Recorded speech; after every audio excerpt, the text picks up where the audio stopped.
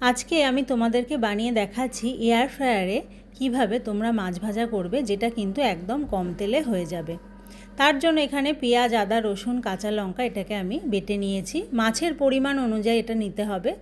আমি এখানে দুটো পমফ্রেট মাছ নিয়েছি, ভালো করে ধুয়ে পরিষ্কার করে গায়ের মধ্যে একটু চিড়ে দিয়েছি।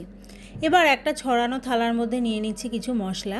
প্রথমে দিচ্ছি কাশ্মীরি লাল লঙ্কার গুঁড়ো, হলুদ গুঁড়ো, আর দিচ্ছি হাফ চামচ তন্দুরি মশলা। তন্দুরি মশলা না থাকলে কিন্তু তোমরা অল্প করে ধনের গুঁড়ো ব্যবহার করতে পারো।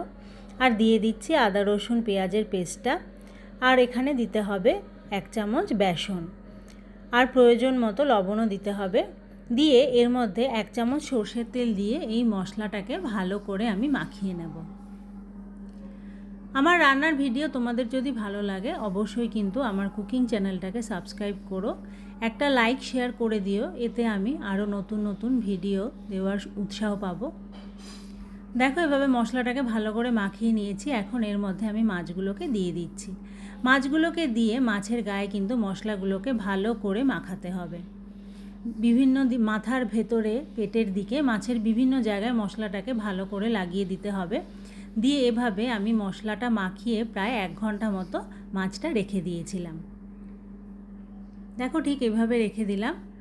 এবার 1 ঘন্টা পর আমি এয়ার ফ্রায়ারের মধ্যে দিয়ে পেতে দিয়েছি একটা বাটার পেপার।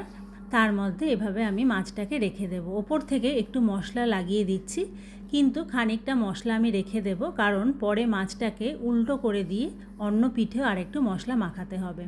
দেখো এখানে আমি মশলাটা রেখে দিয়েছি। এবার আমি এয়ার ফ্রায়ারের মধ্যে এটাকে দিয়ে 180 ডিগ্রি টেম্পারেচার দেব। 180 ডিগ্রি দিয়ে টাইম দেব 25 মিনিট। এখানে আমার একটু টাইমটা বেশি দেওয়া হয়েছে, এটা 20 মিনিট বাদে কিন্তু আমি বার করে নেব।